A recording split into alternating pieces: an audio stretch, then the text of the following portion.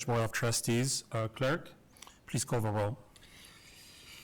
Trustee Fisher. Here. Trustee Fried. Trustee Hatch.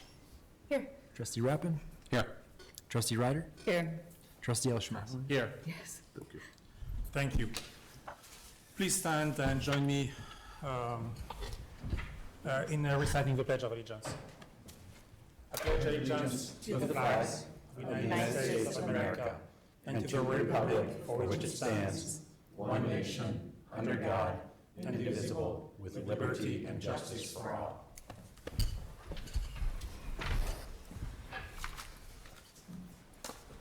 Next on our agenda are awards and proclamation for a Government Finance Officers Association Distinguished Budget Presentation Award and Certificate of Recognition for Finance Director Bettina O'Connell, who had to leave tonight ahead because of familial issues. And I will read this, but my heart is for Bettina for having done all this work and not being here to accept this award. The Government Finance Officers Association, GFOA, established the Distinguished Budget Presentation Awards program in 1984 to encourage and assist state and local governments to prepare budget documents of the very highest quality that reflect both the guidelines established by the National Advisory Council on State and Local Budgeting and the GFOA's best practices on budgeting, and then to recognize individual governments that succeed in achieving that goal. Over 1,700 governments, including states, cities, counties, special districts, school districts, and more, have been recognized for transparency in budgeting. To earn recognition, budget documents must meet program criteria and excel as a policy document, financial plan, operation guides, and communication tool. On May 27, 2025, the Village of Lake Bluff was notified that we were awarded the Distinguished Budget Award for its budget beginning fiscal year May 1st, 2024. This is the highest form of recognition in governmental budgeting. Recording in progress. As the individual primarily responsible for the work behind the village's fiscal plan, Finance Director Bettina O'Connell was also recognized with a certificate of recognition by the GFOA. Despite receiving this award numerous times, staff remains committed to continue working on improving the quality of financial documents and maintaining transparency. Staff is appreciative of the Village Board and Finance Committee support and guidance in these efforts.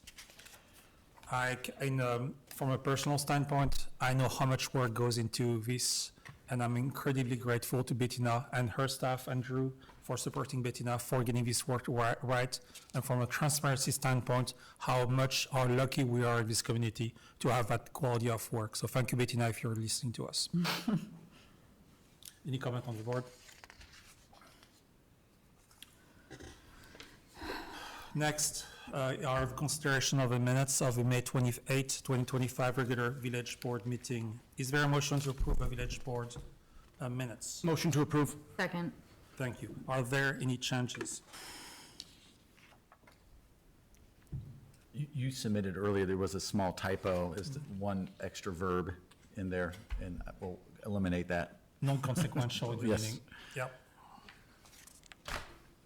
Any more comments? An extra is.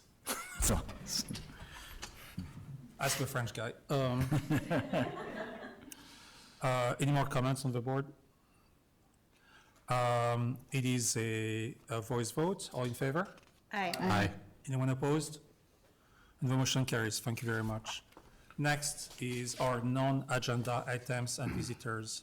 The Village President and Board of Trustees allocates 15 minutes during this item for those individuals who would like the opportunity to address the Village Board of Trustees on any matter not listed on the agenda. Each person addressing the Village Board of Trustees is asked to limit their comments to a maximum of 5 minutes. Stephanie?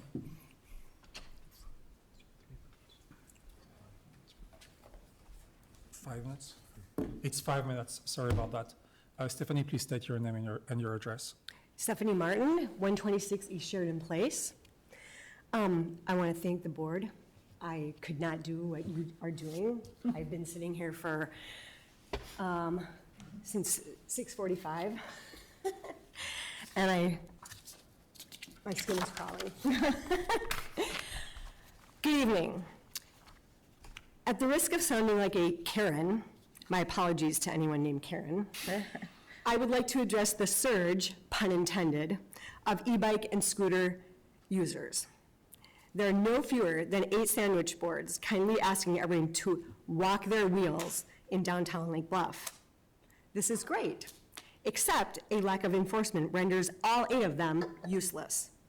In fact, as I was walking uptown this afternoon to mail my dad a Father's Day card, 3 kids on scooters whizzed right past the sign, and they were going so fast that I couldn't get my phone out to take a picture or video.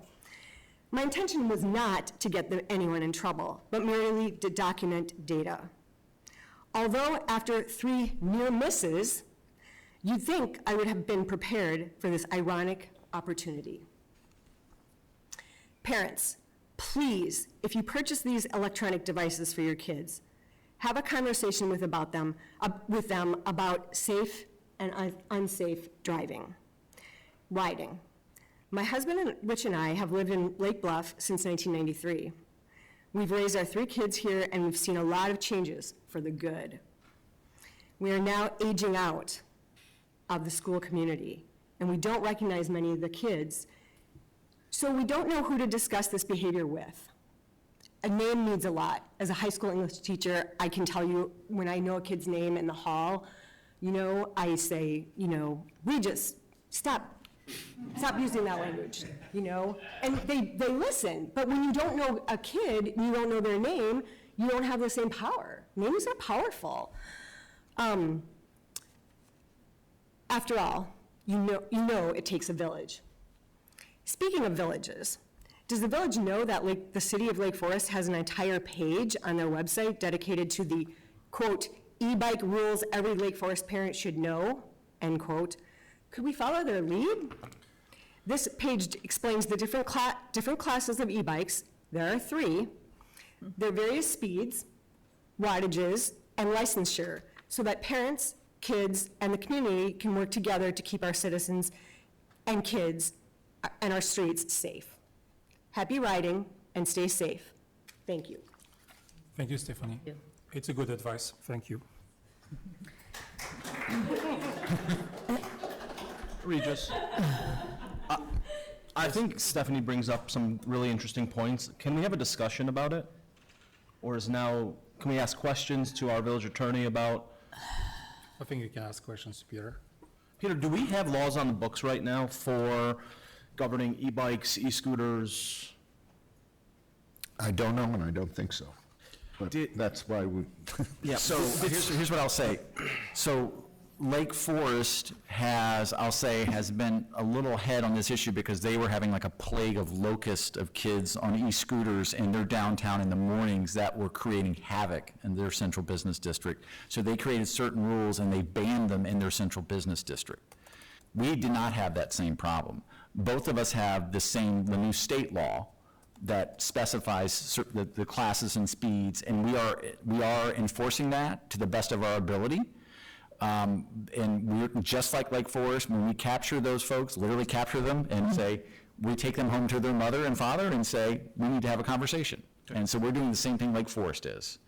And I don't know if there's any more to add to that. Yeah, and no, so that's with our little signs out here, if you will say that, is we're trying to create that culture where, we are being vigilant of this, right? That in other communities, this has been an outright ban, right? So we're trying to really do the educational component with our fellow communities, with our school partners, and again, as she stated, it was, trying to get the parents to be on board with this, right? Because ultimately, they're probably the ones buying these, like $3,000, whatever they are. E-motorcycles. E-motorcycles. It was, we're seeing them, we're trying to get to them, and if you didn't know, they are really fast. They're as fast as, like a real dirt bike, right? They're like 30 some miles an hour, and you can't hear them. So we're really trying to be as responsive to that as we possibly can. Chief, at what point would your department do something more than take them home to their mom or dad? Well, again, it goes back to what's the severity of the situation, right? We don't always want to be heavy-handed, right? We're trying to encourage compliance. We're trying to teach kids to make good choices, right? Some of the parents don't even realize it. As I understand with some of these e-bikes or e-motorcycles, you know, you can like snip a cable or put a card in there and all of a sudden it does like 30 miles an hour more, right? And maybe the parent doesn't realize that. You know, maybe you purchase this thing thinking, oh, it does 10 miles an hour and, you know, it's great. All of a sudden the kid's doing 65 miles an hour down the road, right? So it's a little different, I think, in this modern times of the technology and trying to keep up with the technology, but also in part doing that through educational components of it. And just one piece of history there, so I'm not the village historian, but my understanding is there was a time when the village was questioning kids riding their bikes in the central business district. Should they ban them and put them, you know, make sure they're off the sidewalks? And they said, no, we want them to have a safer place to go. Then the village did initiate a ban on skateboards on the sidewalks in the downtown. That did happen. So that's kind of like the bike, that's kind of where we're at. We didn't have the complaints in the CBD, but I will tell you that in the since school's been out, we've gotten more complaints about the e-bikes. Last question for Chief. Have we seen any major accidents? Has your department been called to anything? Yeah, no. No. Has There's been one e-scooter accident in Lake Bluff. Okay. A couple years back even. Oh, yeah, I think that was an But individual. e-bikes, I know there was one in Lake Forest, somebody mentioned just the other day. There car was got one hit a where kid. the Yeah. kid did not get hurt, but the car rolled over the scooter. Yeah. Okay, so the question for you I have, Matt, is, so I talked to Drew about that, and people have been talking to me about it. So yesterday I'm in my driveway, and there are two kids that are passing by. And so Drew and I talked about it, and Drew says, well, is there pedals? Because if it is a pedal, this is a bike. But if there's no pedal, then this looks like a dirt bike. It smells like a dirt bike. It is a dirt bike. That's where we're Okay? at with it. And yes. so those kids are 12, and they're doing about 50 miles an hour in front of my house. And so I know that because I drive a Vespa. Okay, I kind of see that stuff. So I call the kids, and they stop, and I ask, do you have a driver's license? And they say, oh yeah, of course. I'm like, dude, you're 12. And they live in my street, by the way. I think I know where they live. And I said, do you have insurance for that? Well, I mean, so who are your parents? And so they took off. So, but practically, I think the task of education Stephanie was talking about makes full sense, so that people are aware of what they buy their kids, to Correct. what extent, and I would really support that page on the website.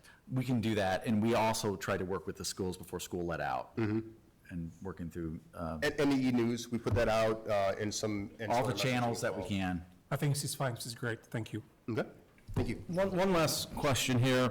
I'm fully supportive of kids being kids and having fun. I think if they're going faster than the speed limit on a street, there should be more consequences than taking them home to their mom and dad. I would get a ticket for speeding down the street I live on if I was speeding. I don't think kids should be held to a different standard, especially if we're looking out for their public safety. So I think that we should continue to keep a pulse on this. And we are, and we're actively doing it. And Chief. I'm actively engaging with other chiefs and other communities because there's been some different responses to this, even in our neighboring communities, right? I didn't get a chance to look into it. I spoke to I left a message for the chief today. But like Deerfield had it up on their board for a full ban in the town. And there's other communities that have done that, right? So it's, you know, there's two sides of this, right? Trying to find that middle ground or nothing at all. Let's start with education first. Okay. Okay, thank you. Thank you. Thank you, Regis. Yep. Okay, next item is the village board sets the order of a meeting for village. Oh, I'm sorry. I'm sorry, go ahead, George. Sorry about that. Thank you, George.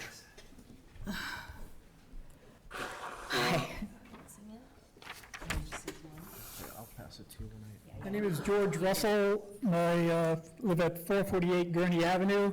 I'm also a member of the Park District's Park and Beach Committee. When I retired, I joined the committee and with the idea that it would try to work to help make our beach better. It's our #1 physical community asset. And I have a passion for making it better, and there's been a lot of things that have improved the beach in the last 6 or 7 years.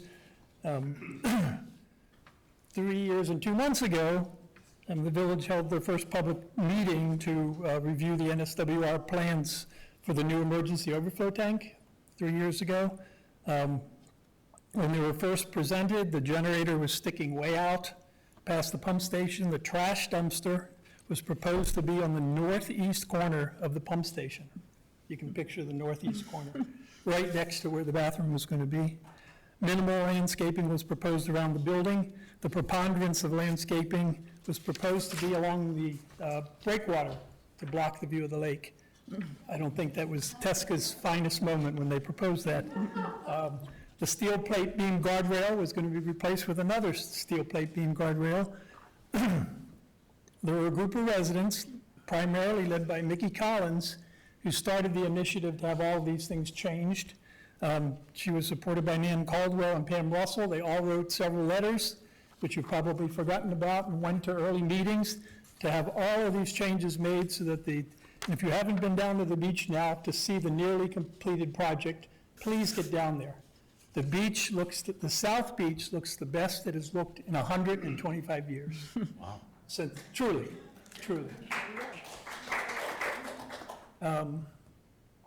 I do say nearly completed because unfortunately, I'm here today, as I have been in the past, with North Shore Sanitary District issues to make some noise.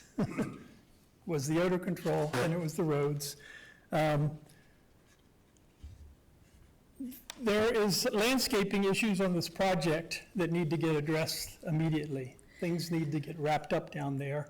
I know you probably don't have any patience for this tonight, but we need to get the project finished. And I'm hoping that a trustee, and I was hoping that it was going to be you, Susan, because you believe Sunrise rocks, that you would put the pressure on staff to light the fire under North Shore Sanitary District to get the issues taken care of. And if we can start, well, the first slide is up. There are 3 different slides I have. If you can picture behind the new yacht club compound, Toe the bluff. where the fence is, the lower 15 to 20 feet of the bluff was completely denuded. They restored it about 6 weeks ago without putting any topsoil down whatsoever. So Drew, if you can flip through the first 3 slides that I have, they're all the same. There's no topsoil in there at all. It's ridiculous. The village should not accept that. Next year at this time, they planted grass seed there. That grass seed, it's contractor grass seed. It won't come back. You've got to have some topsoil on that bluff. Otherwise, that bluff muck is going to be sliding into your sailboat, Regis. So don't know why it was done that way, but it was. Any one of you can walk behind the compound and walk onto that netting and look and see it's all rock. No topsoil whatsoever. Next slide, yeah, this is the bottom of the beach road. Right after the project started, they took down the steel plate beam guardrail because the trucks had to make very wide turns, the very large trucks. A foreman with the construction company told me 2 weeks ago that they did not disturb that corner and they were not going to fix it. Next picture.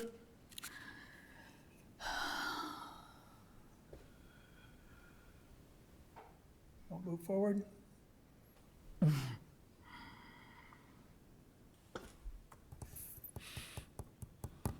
Click on it. Aye. Click on the picture with your mouse. Three different slides. This is the Ebola planting area at the bottom of the beach road. It was completely plants before the project started, and they haven't touched it. Haven't put a tablespoon worth of topsoil in there, haven't dragged out the rocks, the broken bricks, the leftover metal poles from the temporary fencing. It's just sitting there, and I'm afraid they have no intention of fixing it, and we should be screaming at them. The beach has been open for 3 weekends now. I don't understand it. Next slide, there's a third shot at the bottom. The next two pictures are pictures along all the new wooden posts that were put in. The new wood beam guardrail is terrific. It looks so much better than the old one. But they didn't do one bit of restoration around any of those posts all the way up the road. And I have one more picture of it, just another post. It's all gravel. They augured to put those in. The roadway is supported by gravel that all came up to the top. It's only being hidden now because of the weeds that are taking over. There are people that would love to do planting along there, but I don't know why we're not raising heck with North Shore to fix stuff like this. Next slide. Well, there's I think we skipped one, but yeah, there's just metal posts laying along the back of curb. Drew, I've been sending in lists, a punch list every day for 3 weeks. I understand why you haven't been talking to me, because you've been very busy with other issues. But someone on staff, I mean, I know we have. Yeah, we've got a punch list. All these things are on the punch list. Mike Croak has an assistant that we pay by the hour. We could pay that guy to, by the hour, to get after North Shore, to get simple stuff like this fixed. That stuff should be picked up. Next slide. All the metal posts going down East Center Avenue for the temporary signage, they've been up for 2 years in the front of people's yards. Why aren't we raising heck with North Shore to get them down? I don't understand it. Couldn't be done very easily. Jeff McGuire and I could do it with 2 hours if you give us a pickup truck. I don't get it. It's very frustrating. They're little details for what is a big, beautiful project. Yeah. But they should be taken care of. I'm working my way through. Next slide.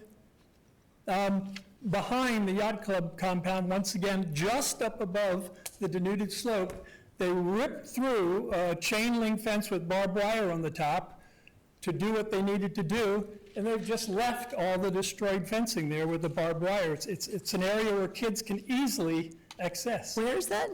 This is behind the yacht club compound, up above the Up the slope. reseeded Up the slope. Yeah. Just beyond that, there's That was about 40 feet. installed for the project, or has that No, been there? this is old, that some of it was No, it- partially removed. But this was destroyed when they did the piping work on Yeah, the backside of the yeah. tank. I see, it was And destroyed for some reason, by because the it didn't show on the plans, they feel like they don't need to fix it. I don't get it. It's a $20 million project. Hey, George, I'm being prompted to limit you on your time. What's that? Oh, okay. Yeah, I want to get the most important issue, the landscaping. And the flag was raised for me. Drew, back up one. Back up two. The first portion of the landscaping went in on the east side of the building. We had a couple hot days. They weren't watering at all. As you can see, it died. There's supposed to be like 200 small ground plants on the east side of the station. Next slide, please. They took care of it by just covering it with mulch. They didn't put any new plants in. I hope someone's keeping track of this at the village level. We pay for this stuff.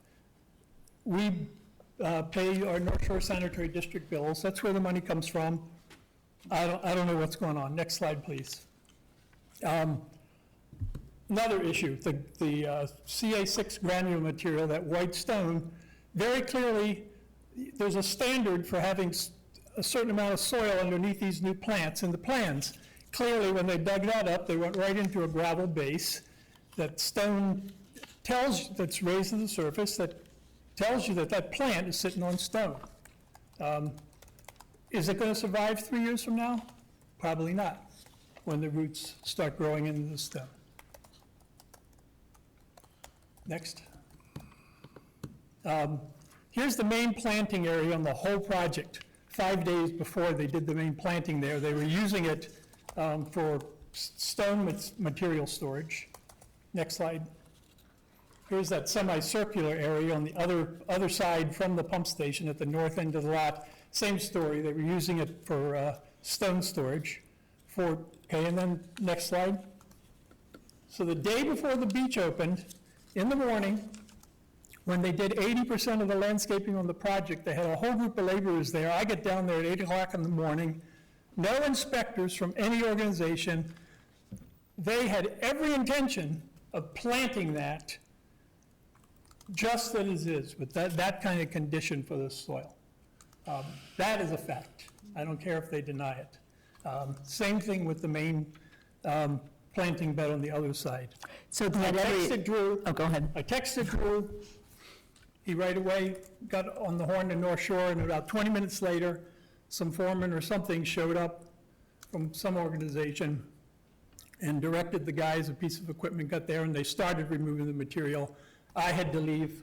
I couldn't stay there and watch it all day, so I really don't know what condition it's in, but it's better than what was shown. But I guarantee you they were going to put the plants on that kind of a planting base. Next slide, we're almost at the end. For anybody that doesn't know, when a new tree or large shrub is delivered, it's in a ball and burlap, it's got twine around the bottom.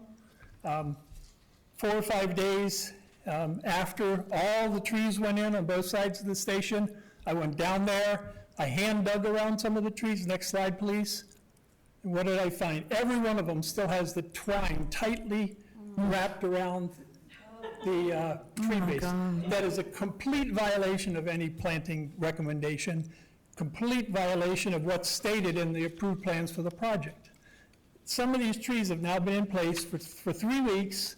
We're going to lose all these nice trees.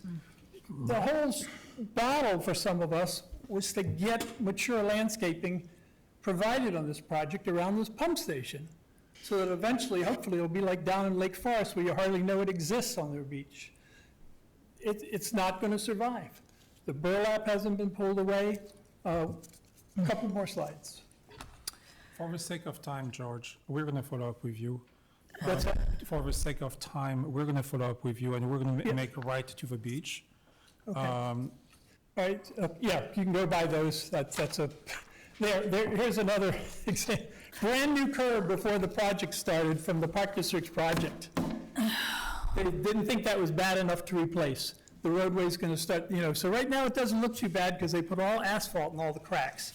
But it's really thinly layered asphalt. After a couple of winters, it's going to start popping away, and the roadway's going to start to deteriorate. That is not standard practice. So anyway, I'm done, and I'm sorry because I know it's a tough night for all of you, but No, this is important. it's frustrating. It's important because in 2 years from now, we are paying for that. Okay, this is not cool. So, no, we're going to follow up on your issues. Tom Swarthout doesn't like me, and he's not going to like me more afterwards. I'm not welcome in that board, by the way, but I was always told. So, no, we're going to continue that. That's my commitment. And so it would be good for that list to be firmly with Drew so that we know what we have, but we're going to take care of it. Okay, and the only reason it's surviving so far is luckily it's been cool weather. And wet. If we have a streak of hot days, we might lose it all, so anyway.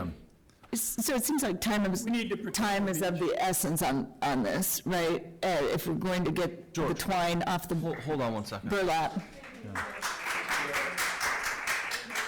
So, real quickly about George's comments, is there any strategic reason we haven't already lit a fire under the reclamation district? I'm going to ask Jeff and Mike to chime in. I know, I can almost say with certainty, everything George has identified, we have a punch list of all those things. We're aware of them, we're following up with them. Why they're going slow, I don't know. But let me, And I just want to say thank you to George for doing all that work on the village's behalf. Appreciate it.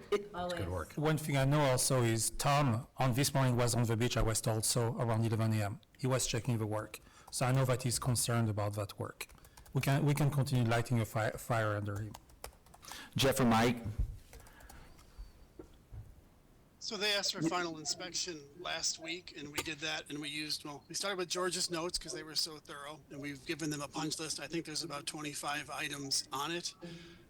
The landscaping was done in a rush at the end, and I got there just after George was leaving. I think that day they were planting it all, and we watched them move a lot of the gravel out.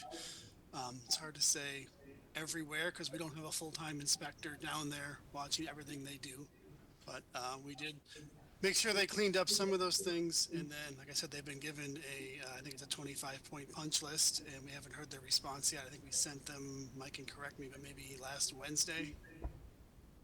Yeah, late last week, into last week. So yeah, I think we agree with a lot of the comments. I don't know why the NSWRD would do all these things, you know, with knowing that it's a waste of their money. Why would they do that? I don't know. But we'll follow up. We have a quick, Well, Drew, can you also tell them about, you brought a shovel down and did a couple test holes, right? Yeah. When we were there? Yeah, I did. George and I did, both of us. There was areas where I think it's hit and miss where they've done good work and haven't, and that's to be expected, but unfortunately. So, but we will follow up on all those points, and I know there's more. There's according to their approvals, they're supposed to paint the building. You know, there's lots of things that we pointed out to them in our walkthroughs, like there's old lacrosse balls shoved up in the louvers, you know, and it's like, why would you not finish this properly? We don't understand the mindset. So their concerns everybody's concerns are on the list. We'll do our best to work with them and finish it as it should be done. So we do not have a final approval, so we have some grip, right? Yeah, I mean, they need a CO, and that's why there's a list, and there's an agreement that spells all that out. And again, typically, like, when you're doing landscaping at projects like this, I think IDOT standard is like June 21st is kind of like a magic line when you don't want to be doing landscaping after that, because it's just at risk to be too hot and not enough watering. So time is not completely gone, but it's getting close, right? So. All right, so you're following on it. Everybody's on it. Thank you, Yep. George. I really, really thank you for that. George, thank you. Anybody else would like to make a comment? I'd just like to volunteer if there's anything I can do, if I can pull out the 1969 decree and require them to actually follow it and maintain the natural environment as best they can, language to that effect.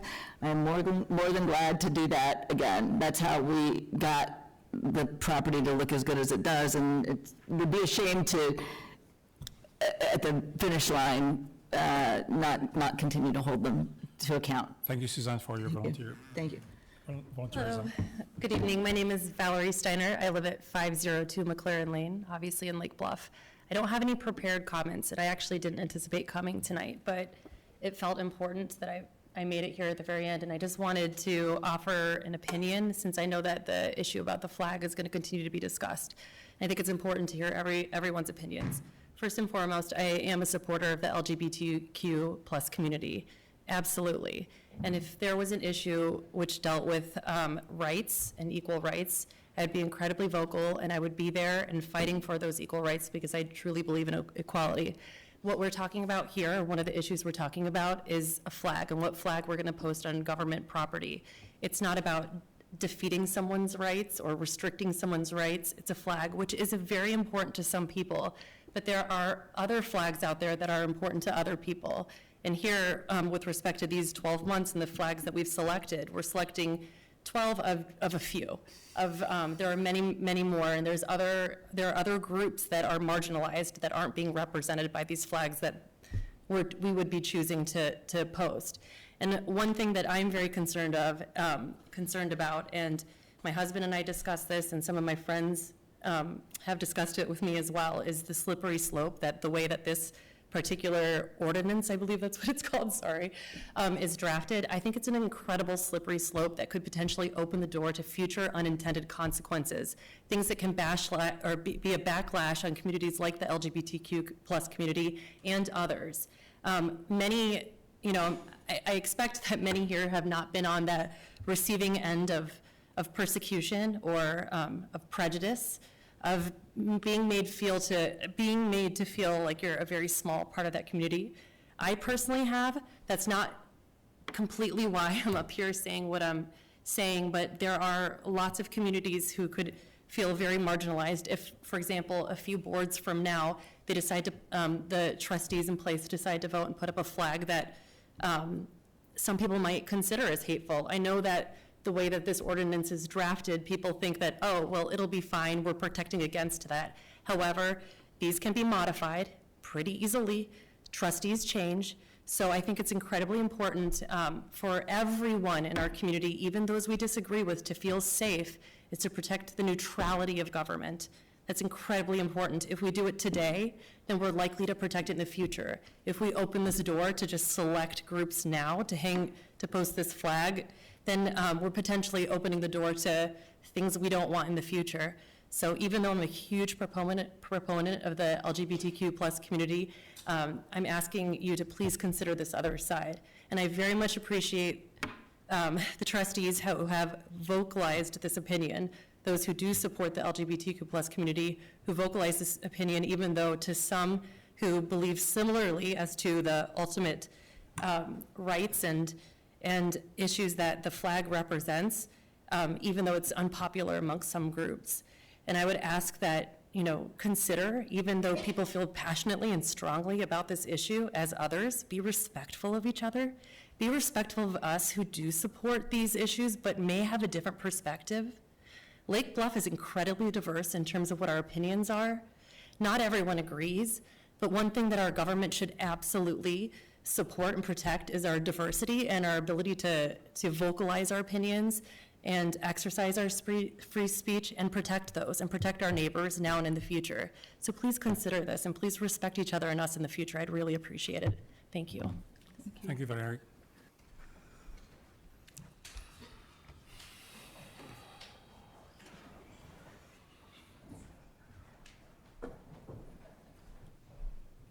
Any more comments tonight? I do not believe so. Do we have anything online for a comment? Anyone participating in this call via Zoom and you want to speak on items that are not on the agenda, now's the time to raise your hand so you can be recognized. None. None. And therefore, moving forward, next is the village board sets the order of a meeting. The village president and board of trustees will entertain requests from anyone present on the order of a meeting. Do we have any requests? See number 17. Is there anything else? Anybody? Can I motion to move 17 to the consent agenda? Without any objection, moving 17 forward. I do not see an objection to that. I would second that. You can just do it without objection. Yep. Yeah, without objection. So 17 will be moved forward. Any other item? Do you want to take the consent agenda first then? Yep. So I'll take the consent first, item 17 second. Any objection? And I'm moving forward with that change of order. Okay? Next item is our consent agenda.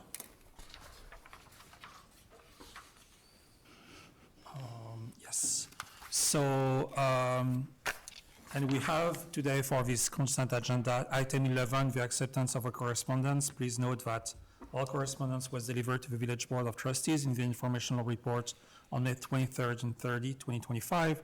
Item 12, a second reading of an ordinance amending section 10-78-6 of Title 10 of the Municipal Code regarding storage and loading in the L-1 Industrial District.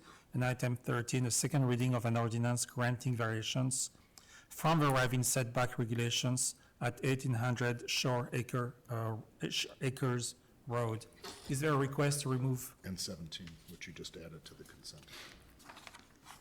Didn't we just add 17? And to the consent 17. agenda? Correct. So I Yes. put these together? Yes. Yes, so you just you can read that by Okay. title. All right, I Yes. didn't get that. I thought I was going to have to deal with that in different. So, and item 17, that is a second reading of an ordinance granting development concept plan approval and preliminary zoning variations and modifications for a planned mixed-use development at 570 Evanston Avenue. Is there a request to remove any of these items from the consent agenda? Is there a motion to approve the consent agenda? So moved. Second. Thank you. Is there any discussion? Hearing none, clerk, please call the roll. Trustee Hatch? Aye. Trustee Rappin? Aye. Trustee Ryder? Aye. Trustee El Shamaz? Aye. And Trustee Fisher? Aye. Thank you very much, and congratulations on anybody present for item 11, 12, 13, and 17. Congratulations, Tom. Proceeding to 7A. Regis, 7A. there's someone who has. Yes. Okay, Yes. real quick. Yes, it's okay. What's it regarding? What is this about? It is regarding the whole, I'm Becky Kluchka, I'm at 131 East Scranton. Can you please state your name first? She just did. Becky Kluchka, 131 East Scranton. Sorry, Becky. That's okay. Sorry. I'm right across the street from all of that, and I am thrilled. Round of applause for Dobbins and Trombley's. The one thing that I'm asking from staff, the construction has started already, and Wednesday, we got hemmed into our driveway. What? We got got blocked in her hemmed driveway. into the driveway. And when we went out to the gas company and said, excuse me, we have an appointment, they said, too bad, we're in front of the driveway. So, If that happens again, call me. okay, There you go. perfect. I know that they'll be cognizant of what's going on, but I'm just saying, like, to keep things moving forward, I just want to make sure that, because I'm watching not only the fact that we have the construction going on, but when they put the fence up, it was also right on Thursday, I think it was, Friday, kids on their scooters, on their bikes, on their whatever, where it was a mess. And we only have had one farmer's market, so next Friday should be very interesting. So I'm just, because what's happening is they're parking in that street, which is losing parking spaces. So as a board, I just want you to be aware. Sorry about that, Becky. Thank you very much. And you know where to find Drew? You have cell phone? You guys talk afterward. Okay. We'll be buddies. Thank you so much. All right, thanks. A lot of buddies. Yeah, I do. Yeah. 7A.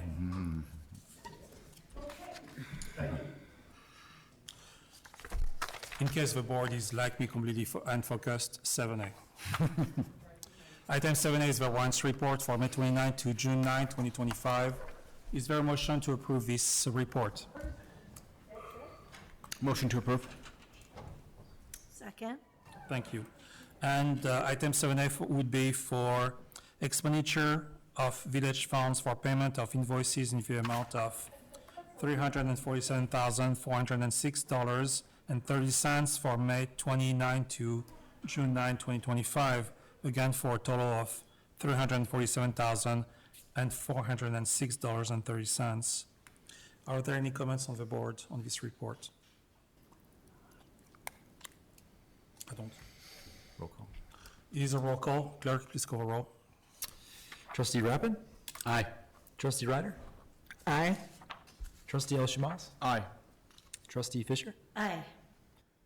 Trustee Hatch? Aye.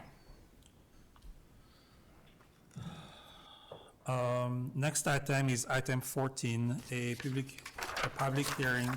That's 8. I missed 8. Oof, sorry. Next is our village administrator's report. And I'll be very brief. There was no memo for this, but, so the village board has been receiving periodic updates on the village's continuing analysis or evaluation of the leaf blower policy. And when I last reported to you all of the communities involved in this original comprehensive review of this a few years ago was talking again, and the group has actually, they're working with the manufacturers reps and the service providers. They're scheduling, I'll call it a very hyper-local evaluation this fall and this spring to see if there really is a different step in the continuum of regulatory environment, whether is there another step that means there can be just only spring cleanup and nothing in the fall, or vice versa. See if there's another step in that continuum going from the seasonal ban like the village has to the 9-month ban, and is there something else less than going to the complete ban? And so that's the conversation right now. So right now, it looks like we may not have that examination done until spring of next year, but if you want to take it up again before then, I'll have more to say once we hear. We're actually still waiting on the proposal from that the operators and the service providers, but I'm trying to do my best to make that here in Lake Bluff and have it a very local test. It's super hyper local, but that's the latest and greatest on that. Happy to answer any questions, but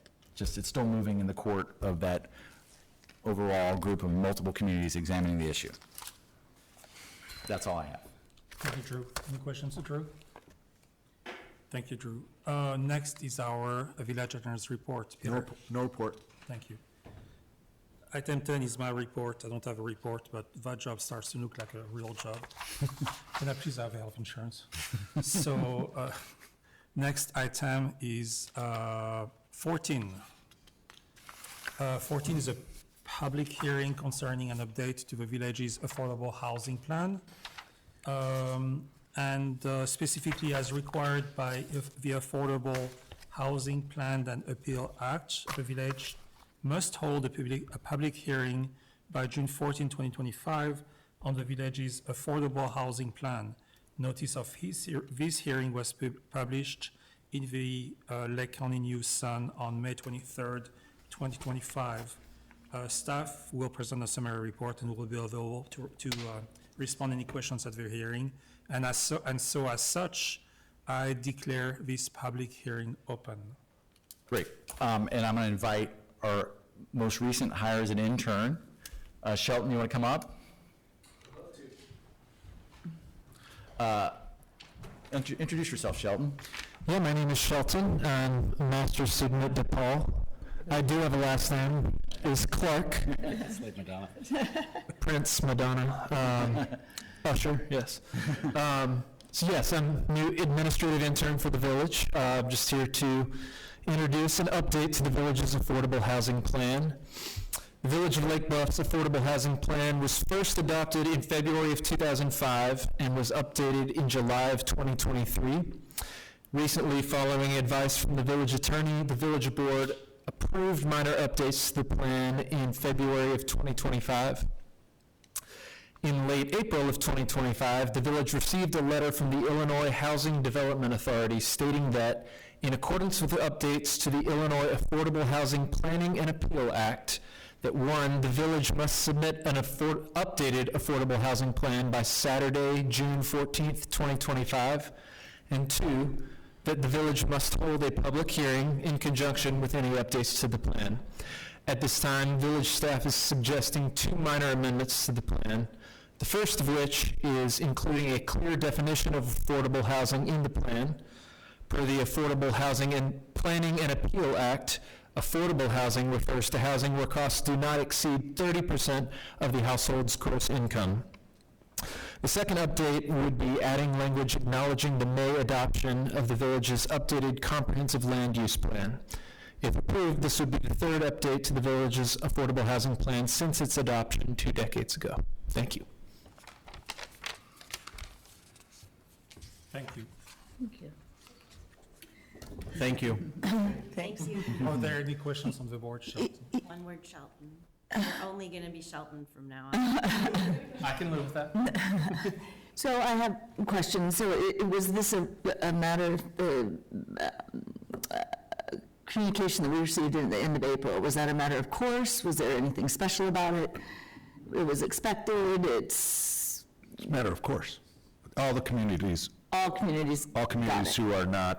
who don't meet the 10% threshold requirement and therefore are not exempt, receive communications from IDA. I see. And anything further regarding what we might expect next from the state on this issue? Now, the only requirement is that we produce a plan, that we update it, and Hold a public hearing in there. Yeah. and hold a public hearing like we're doing tonight, and submit the plan to IDA. I see. And in summary, could somebody provide in broad strokes what the plan is? In broad strokes is that the village years ago, back in 2005, created a plan to be in compliance with the state regulations to have an affordable housing plan. Yes. The village worked with the village attorney, and the then village board created this policy, even though the village at the time had just passed home rule. Yes. And it did not have to have a plan. It still adopted a plan that this policy basically said it's going to be really difficult to have affordable housing in the village of Lake Bluff, given the underlying land costs, the limited opportunities for development of property. We're largely built out. It's not going to be easy. But the village said it's going to take comprehensive steps to plan to try to do that where it was appropriate in Lake Bluff, and the village has done that through its multiple planning studies over the years, and as most recently as the village's updated comprehensive land use plan, which said, incorporated this plan into that, saying these are some of the sites where this could happen based off the village's affordable housing plan. And most of those affordable housing opportunities will probably be small infill developments, maybe in and around the R5 area or multifamily. The village has talked about maybe there's opportunities elsewhere, like in a Stonebridge or in some other greenfield, and in some of those areas north by the elementary school up Green Bay Road. Some of those, there were some questions about those sites, if you remember, the comprehensive plan was being presented by TESCA. But that's it, high level. As I recall, a couple of years ago, home rule communities became subject to the statute, right? So the statute was amended a couple of years ago to include a home rule preemption provision.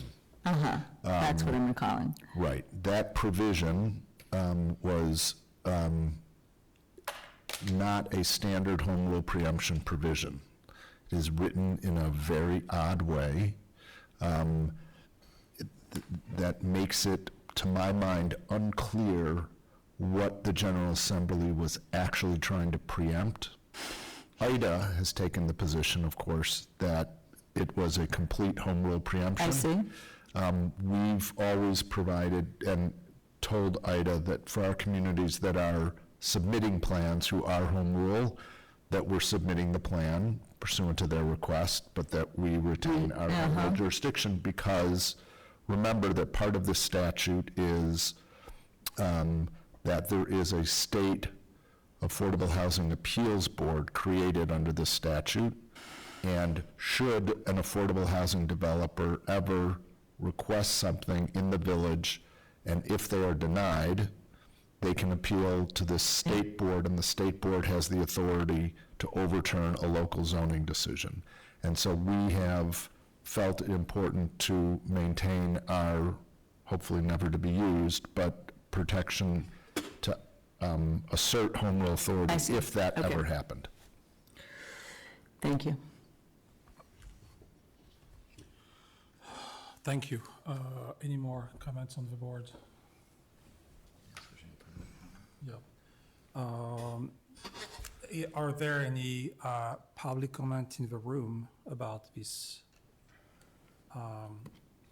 this update?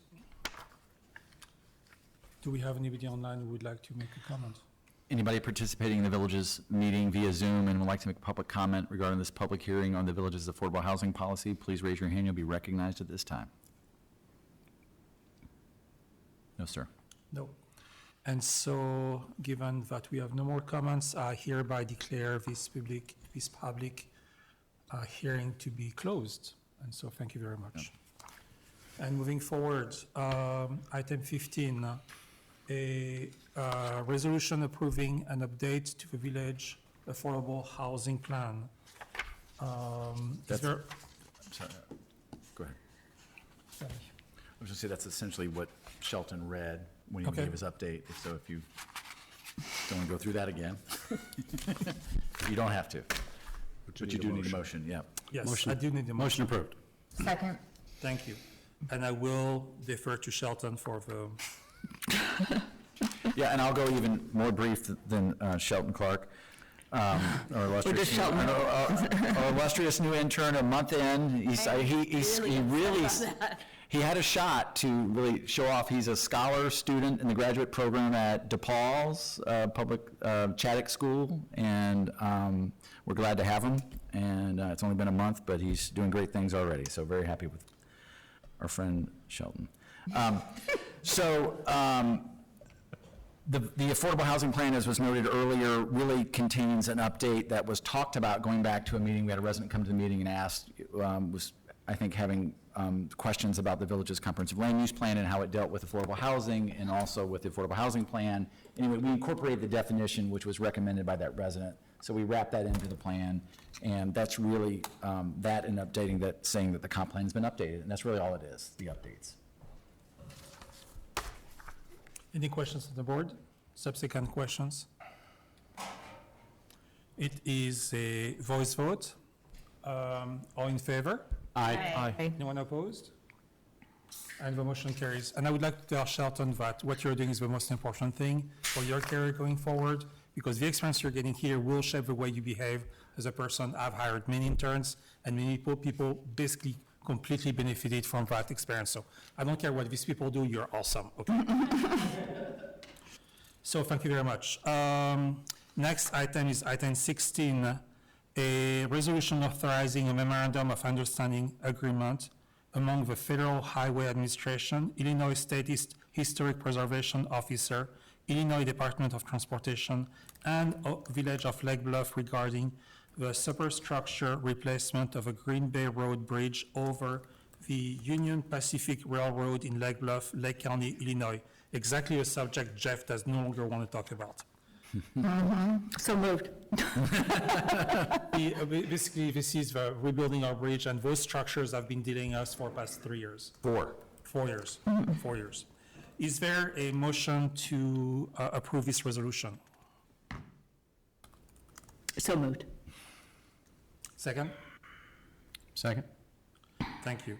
At its May 28, 2025 meeting, the village board authorized Baxter and Woodman, Inc. to obtain all final IDOT approvals and finalize the plans for bidding purposes for the Green Bay Road south of Route 176 and bridge superstructure replacement project. The first task they have brought forward involves the village entering into a memorandum of understanding with the Federal Highway Administration, Illinois State Historic Preservation Officer, and Illinois Department of Transportation regarding the replacement of a bridge superstructure replacement. The MOU stipulates that the village, as part of a bridge superstructure replacement, will jointly plan and install a roadside exhibit featuring historic members of the existing bridge trusses and outriggers, as well as salvage and store the old trusses and outriggers to the extent practicable for a period of at least 10 years at the village public work yard.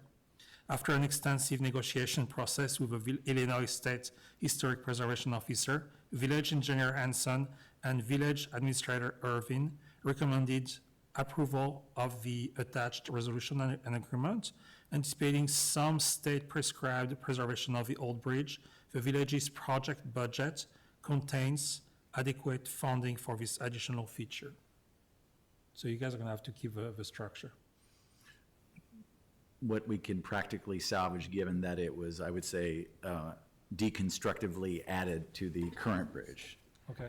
So we'll cut them off, we'll work with the contractor, and if we can salvage some to the best of our ability, we will save them, to, like we said, at the yard, and there will be some sort of monument to this. We'll work with the ABR to make that happen. I think that structure is very neat, but it's really, it's big and it's beautiful, but I don't know how you can actually exhibit that properly now. We're going to do our best to meet the terms of this MOU. Thank you, Drew. Any questions to Drew? No. No. It is a roll call vote. Clerk? Trustee El-Shamas. Aye. Trustee Fisher. Aye. Trustee Hatch. Aye. Trustee Rappin. Aye. Trustee Ryder. Aye. Next on our agenda is item 18, our trustees report. Do any trustee wish to make a comment? I'll make one. Yeah, and someone's going to have to tell me if I can't say these things. I've got two things that I want to say. One is it was a wonderful night in many ways tonight to see our community come out and advocate. And I think we all welcome that. We all support the LGBTQ plus community. And there are very hard feelings. It's a very challenging topic. It is a board that doesn't all think alike on this front. We are all volunteers. We are all real people. But the aggressiveness that I saw within this board tonight, the personal attacks, the bullying, you can roll your eyes, Taryn, but in my estimation, way out of line.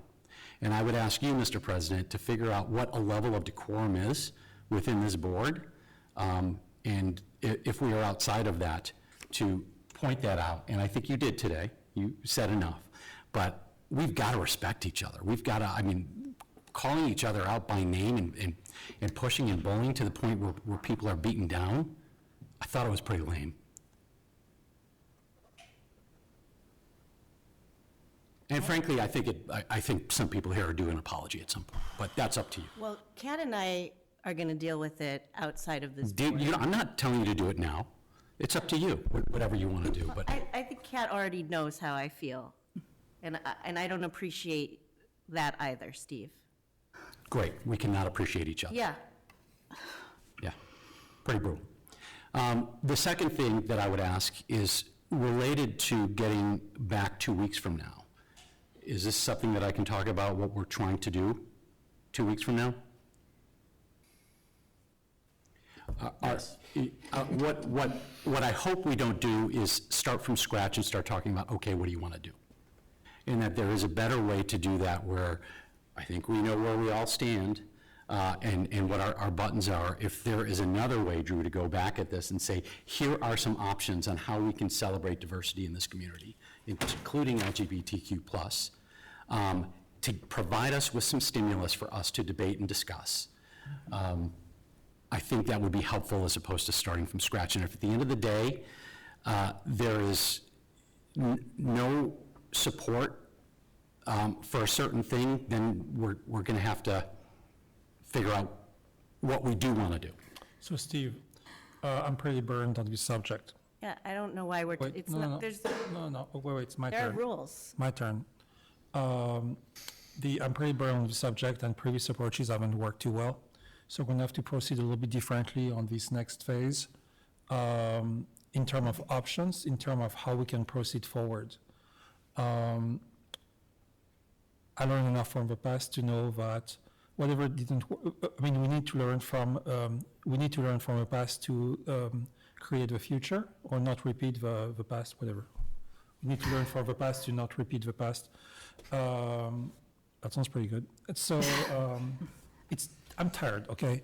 And so we need to proceed in a way that will present us a level of options so that we can work constructively instead of fighting.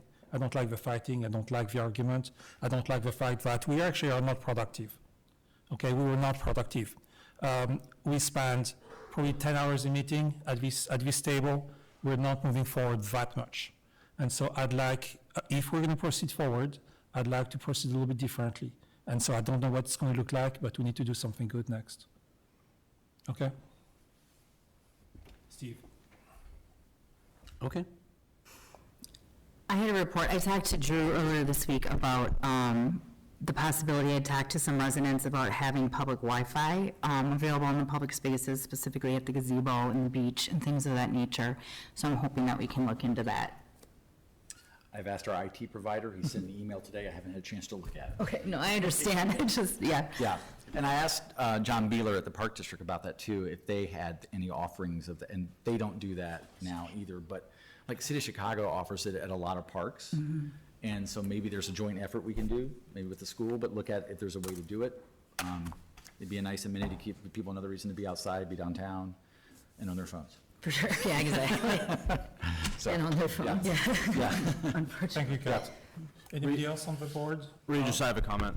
I was moved tonight by Stephanie Martin's comments about e-bikes and scooters and rules behind them. I'd like us as a board to continue to monitor and maybe even enact some ordinances around speed limits or helmets or something that's enforceable by our PD to protect our kids. I don't want to wait till an accident happens for us to address it. So I think if that's something that, Drew, you can follow up on, or as a group we can, I'm happy to volunteer more time to continue the discussion, but I don't want to let that one go. Okay. I couldn't agree more. It's been like an influx just at the last two block parties, just like hordes of like bikers, kids, like vroom, vroom, like it is scary. And we have little kids in the dark running around. Someone's gonna get Actually, hurt. I'm under notice by my wife for doing something like that too. So Is that the consensus? Yes. All right, Yes. thank you so much. Anything else, Rafi? Thank you. Okay. Well, we're at it, everybody else?